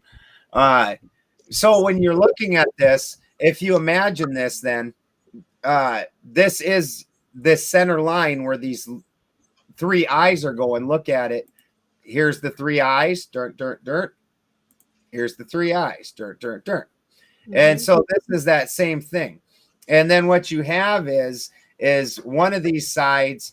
And I really wish I had a really cool presentation. I was supposed to have one, but it got screwed up by the dude that the kid had that was doing it, had some family emergencies. Anyways, the one side would be red and the other side would be blue, most like then. And so if you started out and you went left, that left one crosses over and ends up on the right, and then crosses over and ends up back on the left. And then the same thing, the one on the right crosses over and ends up on the left over the heart and ends up on the right again over the brain. And this is the 2 energies, your 2 snakes that they're talking about, or the 2 dragons, depending on which culture you're talking about. And this is where they're weaving in and out from each other. And what's causing this is and this was a big deal for me. I was having a real hard time understanding this on a 7 chakra or a 7 planet layout. And I'm not understanding why they wouldn't have some of these other, and for me, they aren't planets, but that's okay. Either way, they're still there and they're still the same number. So whatever. But we've got other planets, other luminaries, other whatevers. And then what really struck me, where this really struck off, was Mars and Venus and all the stories and all the ideas about Mars and Venus. And as an alchemist, Mars is tied to iron and Venus is tied to copper.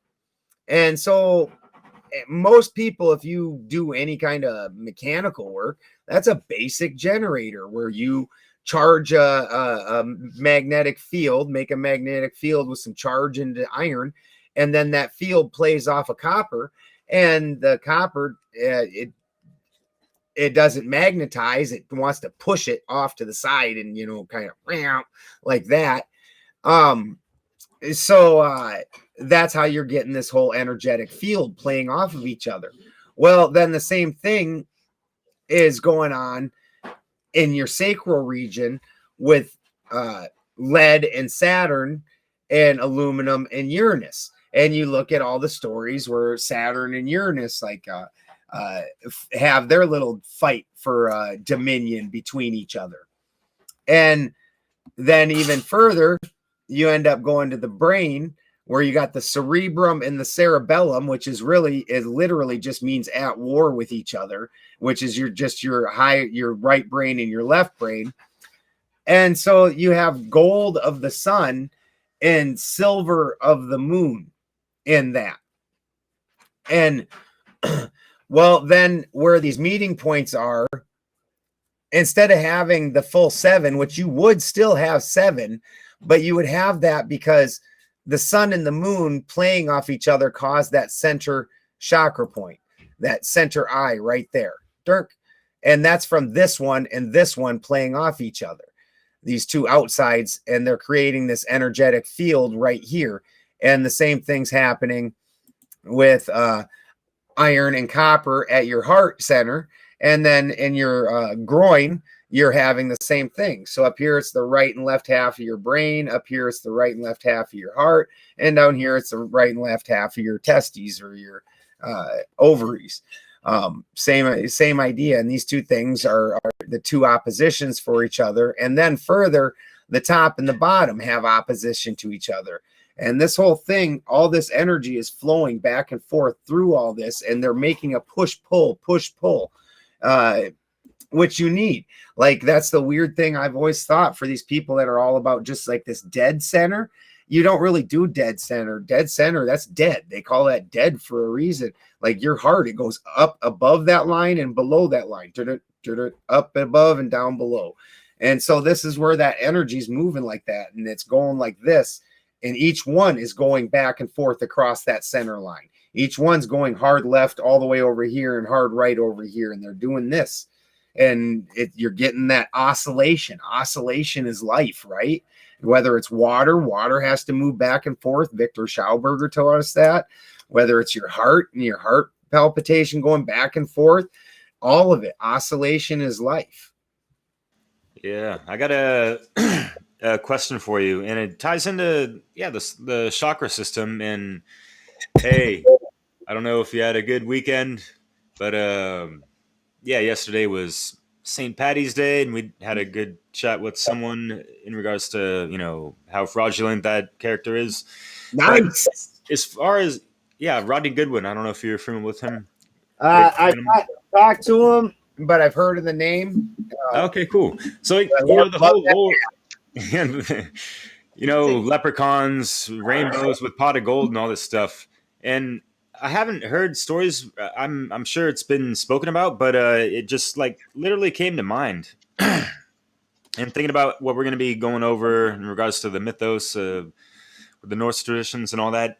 But yeah, as far as like I'm concerned, people are, having the wrong idea of chasing the pot of gold at the end of the rainbow. Because if we're actually going to be activating our chakras and get that crown lit up, that's that gold, right? And through alchemy, that's really, turning the lead into gold in a sense. And I'm curious in respects to Midgard, to Asgard, or Valhalla or whatever. I'm not that well rehearsed on that, but as far as, the Rainbow Bridge, the Bifrost, whatever, does that correspond to what I was just talking about to a degree? So it does, but the Bifrost surpasses the Asgard. So Heimdall sits in his palace, and Heimdall, this is why this was kind of offensive when Disney did this. Like, normally I could give a shit less if they interchange black people and white people. Like, that's what actors but Heimdall specifically is the whitest of the gods, the shining white one. Like, you took the whitest of the whites and you made it a black dude. Like, that's pretty fucked up, right? You guys were really trying to be offensive with that. But you understand that then, so this is, if you imagine Muspelheim as bright white and Niflheim as the deep dark, the black. Well, then Heimdall sits at the head of Muspel, or at the very top in his great shining white throne. And from Heimdall, that's where the rainbow bridge extends out. So white is all colors. And then a rainbow is a division, each division of white. all of those colors were all part of white, and now they're a fractal of white. So then further, you start understanding that Heimdall also was the chief of the fractaling of man. So Heimdall set up the system of Jarl, Karl, and Thrall. And there's nothing wrong with that system. Where that system starts becoming fraudulent is when people who shouldn't be a Thrall aren't allowed to be something more, or people that are Karl that don't deserve to be don't get to move down. When it becomes a static system or a very, immovable system, then it's wrong. But in natural systems, there are people that have if you go on any job project, there's dudes on there that are the boss, that that dude runs the thing, that dude knows what's going on, he knows how everything goes, he knows the way this should be going. And then there's dudes that know how to do just a part of the job, and they can keep the other dudes in line and keep them doing what they're supposed to be doing. And then there's those dudes who are the ones being that the furthest down. Well, those dudes are doing the majority of the work. So they're definitely just as important as the top dude. And all they don't want to think about it. They just want to go, hey, you go hit that hammer over there. And when you're done, you go home, you eat some food, drink, get some pussy, come back tomorrow, do it again. And that dude's like, score. That's all he wanted. And some dudes so this is a very natural system, and Heimdall is the one who put that in place. There are some dudes that don't have the capacity to understand all the higher thought that this component needs to interlock with this, so this needs to happen with this, but he's good enough to run this and do this part of it. And there's guys that need to do the actual labor of it, the work of it. So it's just a natural system.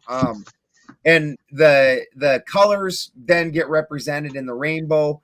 I find that also I always found very interesting, like if you look at the Greek, where with Hermes steals the light, which is Apollo's cattle, and horns full of gold because it's the sun, and then takes that to Earth into a cave, and then comes back with the lyre. So sound is the thing that comes back. The light goes down and the sound comes up. And I always found that kind of fascinating. But that there's the rainbow bridge is the representation of that top upper white tier fractaling down from that. And then each one of those, that's one of the reasons I really enjoy Brandon Sanderson. If you ever anybody that's read Wheel of Time, the guy who took over the Wheel of Time after Robert Jordan died was Brandon Sanderson. And oh no, it wasn't Sanderson that wrote this series, it was Brent Weeks. But each of the colors, that it was worked on magic, and each of the colors, if you worked with like yellow, you could had certain skills and abilities, and yellow did certain things. So like that, I always really enjoyed that book series. The Lightbringer, that's what it was called. And white is the fractal, and so the prism is the white, and then everything else, the ones that can only do certain subtasks, are the different colors then. And super fascinating. So how does that you mentioned Jarl, Karl, and Thrall, how does that relate to what you're describing? So the Jarl would be that upper mind, then would be the highest world, and it interlocks and reacts with that, with the that'd be the Jarl, and the Karl is the middle, and then the Thrall is the bottom. And so it's always that three piece always, and then the way they have to interlock with each other, because being a Jarl isn't necessarily like, I'm the head of my farm and we have quite a few people here, and people imagine that when you're the head of something that you're like, it's this twisted Hollywood ideal that you're lording over people. No, I have to make sure all the conditions on the farm are right. If fucking one person ain't eating right, I hear about it. If everybody ain't eating right, I'm hearing about it all the time, and I'm eventually not going to be, the leader at all, because that means I'm a faulty leader, and I apparently need to move down in the rankings. Like, I'm the biggest slave to the farm. I have to answer to everybody.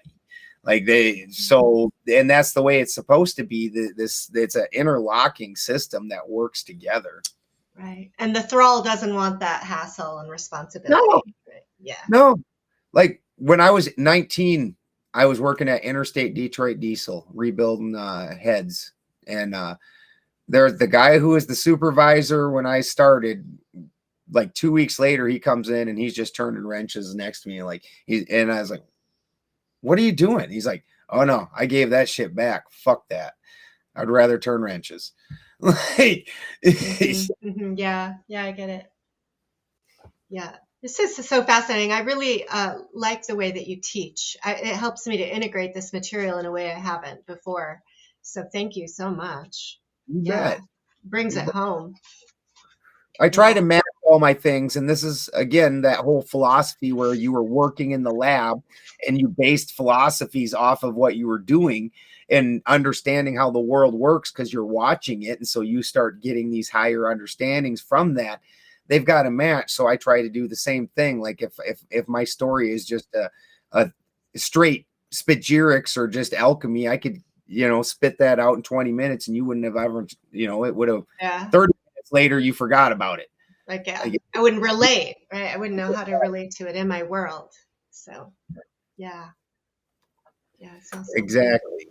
And again, this brings us back to the whole, as I understand these things, because I'm understanding them through real world, I can incorporate them into my real world life, and then I'm not just talking about it, I'm living it, and I'm the epitome of it. So, and then you're more in alignment and integrated, right? Yeah.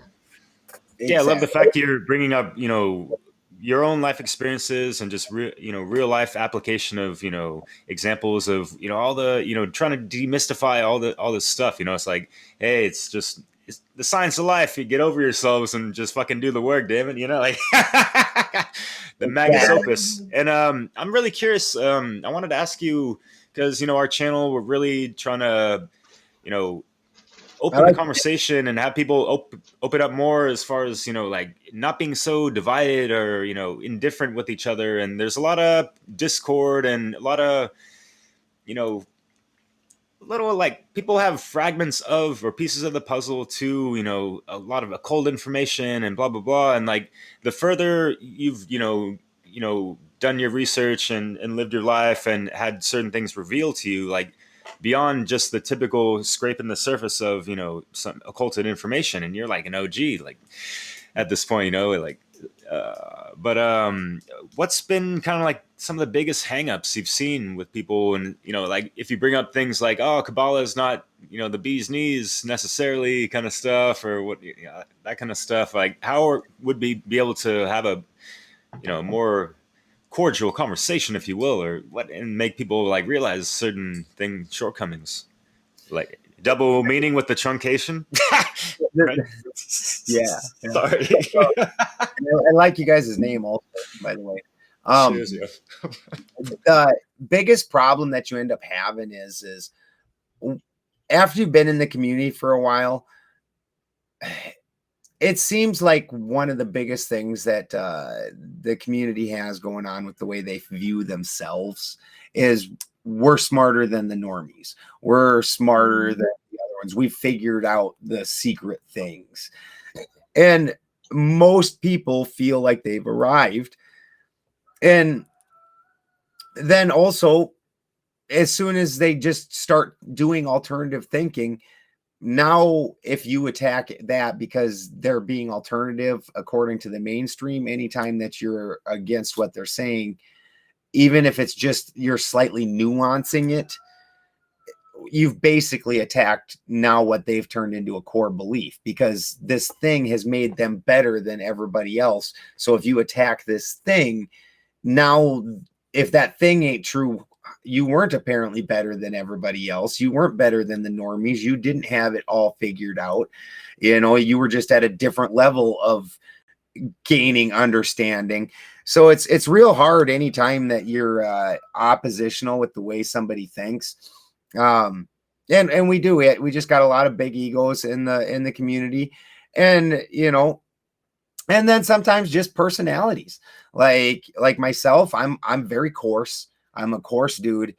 You caught that. You might have caught that. Like my recent interview with Juan. Juan was giving me shit 'cause he's like, I ran it through the algorithm to take out the swear words because he was putting it on YouTube. He's like, and there was over 100 words censored in this thing, and I was like, that's impressive. I'm coarse. I'm very blunt. So I hurt feelings a lot. I get excitable and I come off as angry, and I'm not really angry, and people take it as me being angry because once I start getting passionate about something, and a lot of times I'm not angry. Not to say I don't get angry, I certainly do, but a lot of times, especially unless you're right in front of me and we might start throwing blows, I'm probably not actually angry. Because I can't do anything with it. Like, if I get all that pissed off, I'm just going to be all worked up and for no apparent reason. And, but I do get passionate about things, and I don't like it. I don't like bullshit. So I end up getting into some tiffles with people for sure. It's not easy. It's personalities, between the personalities and the egos. Cause there's some people, no matter what, you're not going to get along with. Phoenix Aurelius. You would think I would get along with the guy. If on paper, I should definitely get along with this dude. Him and I should be like working together and be cool and everything. And I can't handle that dude. Can't stand him. Think he's just, I'm not going to go on about it, but I don't like him. That's all I'm going to say. And, I have my reasons, but whatever. We don't get along. And on paper, or sometimes you'll watch a show and your cousin be like, oh, this other show's just like it. You'll love it. And you go to watch that show or something, and you're like, that was fucking horrible. That was dumb. Why? Yeah. So there's kind of a chemistry at play, or something that's beyond reason, I guess. Yeah. Exactly. And that's going to happen. At the last Flattoberfest, it's a very large group. I was one of the speakers. I went and spoke about alchemy. And in that group, there's some of us got along, and we went out and had a great time. The spiders had a whole party. About half the other speakers showed up at the party. The other half, definitely not. Didn't want nothing to do with us, but we didn't want to go to their party. And it's not like we hate them, or like that's really where it's got to end up coming to is you can not agree with somebody and not, without like wanting to destroy them or hate them or anything. Like I can disagree with you, and you can be over there and I can be over here, and it's cool. Who cares? Yeah, I feel you, man. And I feel like sometimes people kind of lose sight of just like the priorities at hand, and the hour that we're in, type of thing. And hey, like friendly reminder. But I'm really hearing from you that all we can do is be in integrity, right, in our own alignment, and that if we aim for that and we express ourselves through that with that fidelity you're talking about, like that is the most powerful way, and those that will be drawn to hear us will, and those that aren't won't, and they'll find somebody else, I guess, right? That was a beautiful way to put it. Just well worded. 100%. Thank you. Yeah. Anything, I mean, this is really fascinating, and I'd like to hear you share about all of this, so we could go on, but how much time do we have, Derek? We have a little time, I guess. We're at the 2-hour mark, but whatever. Oh, okay. Yeah, so it's probably a good time to bring it to a summary, or bring up any points that maybe you didn't get to speak on. Yeah, let's bring it together. At the end of it, we're all individuals, but while our experience of the path is going to be different, the path is still the same. We've all got to go through this this work if we want to become something more in and of ourselves. I truly believe that everybody has the ability to be not God, not the all. You didn't create this place. You live here. You obviously didn't create it. I can't be Odin, but I believe that there is the ability to be something more human than human, right? And we all need to walk that walk, or don't. That's on you. It's you know what? That's the other thing that I think the community has a hard time with. Everybody's like, they're so busy. We got to wake everybody up. Like, well, what are you doing? You're running around screaming at people. What are you doing? How's your life different or better with this knowledge that you've gained? Have you implemented it into your life, or are you just running around screaming at other people? You know? So. Yeah, being the example, I guess, is the most powerful. I see that as a parent, right? What I do, what I live is a lot more powerful than just what I say or scream, right?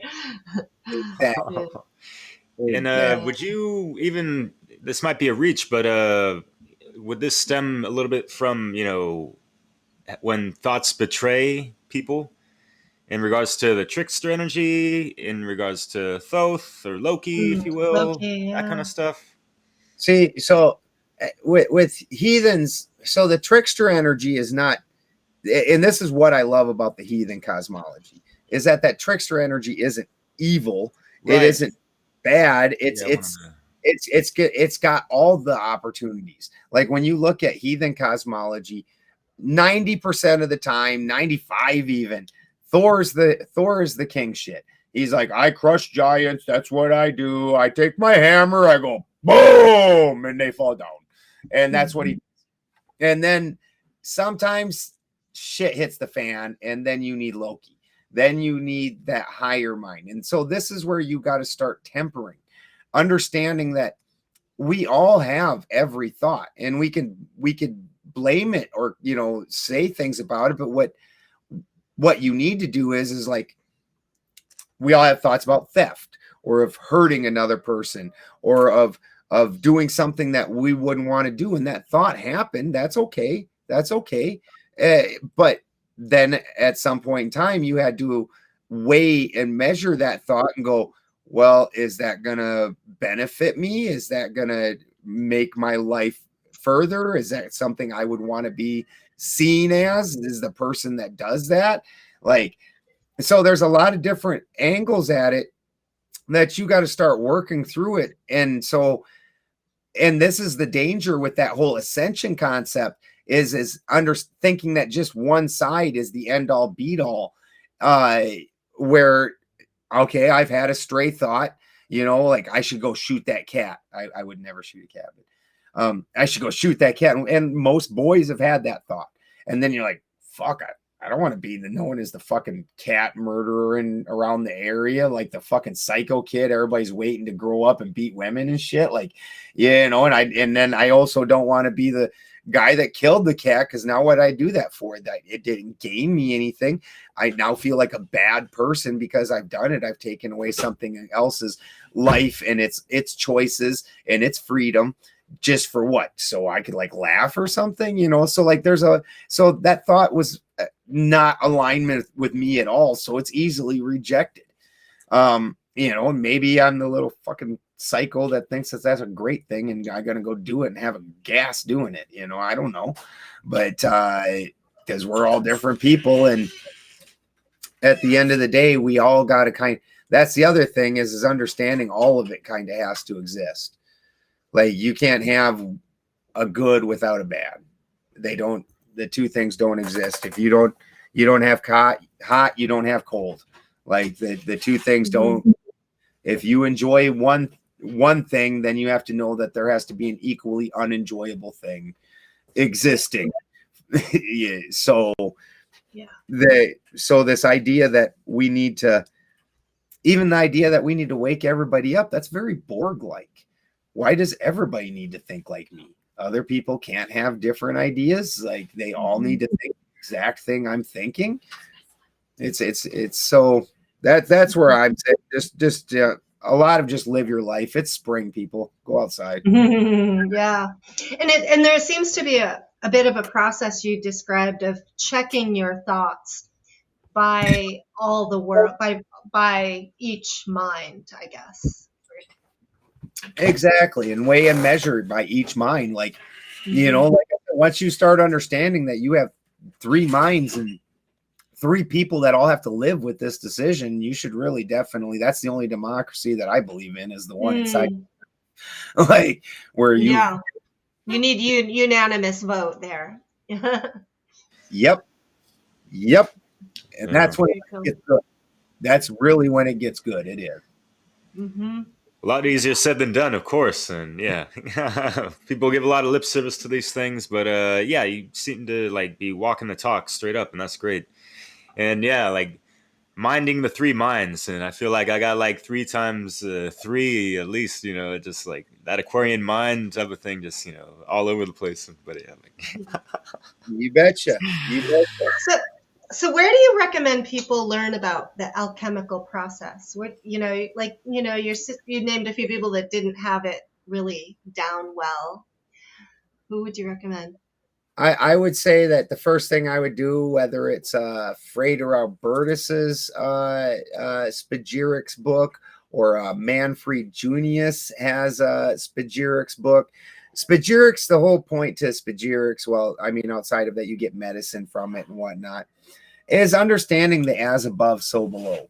And with as above, so below, if I take a lock and it works this way on the simple end, this bigger, fancier lock is basically doing the same thing. It's a little different. It's got some little nuances to it, but the same basic idea is still here. And, you know, if I know how to work on a Chevy and I understand the spark plug does this action in the Chevy, I can probably go over to a Ford and change the spark plugs also and figure that out, and, you know, gap them properly and things like that. And so as above, so below, the human concept is hard to understand. The animal world is hard to understand.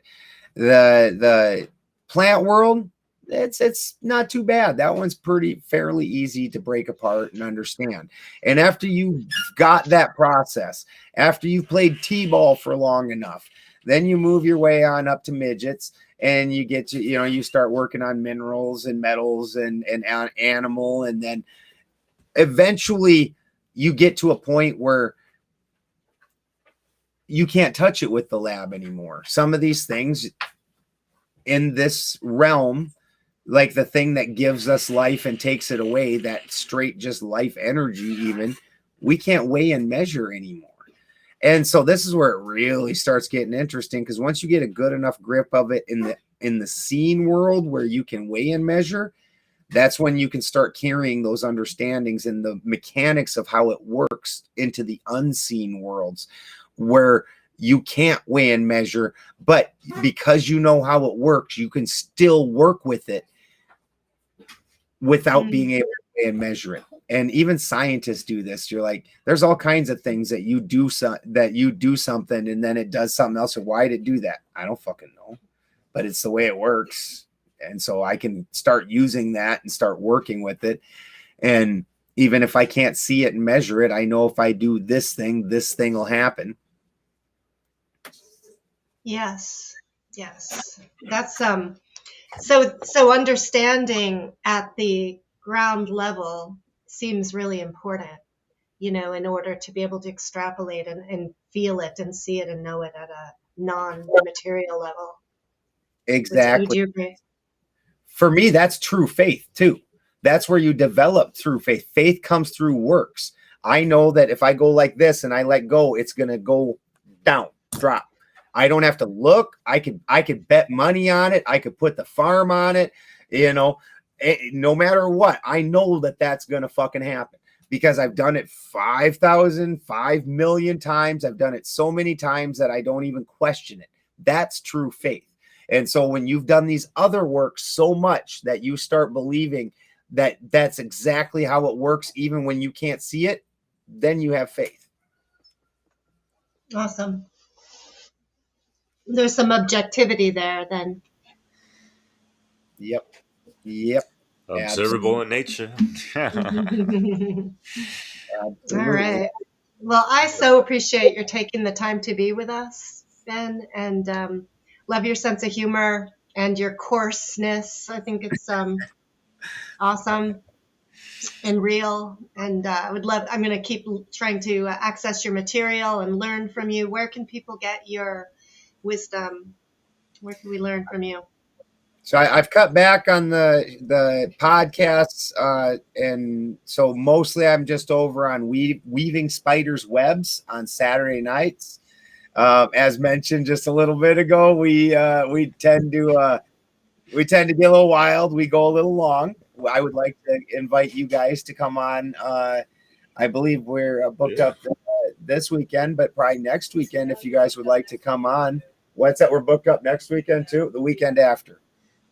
So now, send us a message. Yeah, absolutely, I will. And awesome. Invite you guys to come on. It was a great pleasure, and you guys are awesome. Yeah, thank you. Yeah, likewise, brother.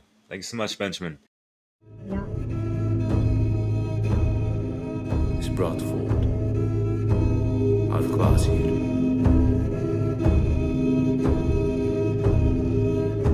So think, the next time you write, you sing, you talk, you compose, ask Odin. Know that knowledge, know that creativity and inspiration demand sacrifice. Feed the raven. Feed your soul.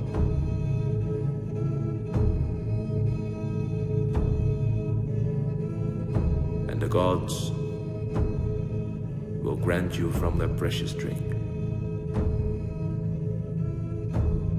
Hear my advice. Hear it.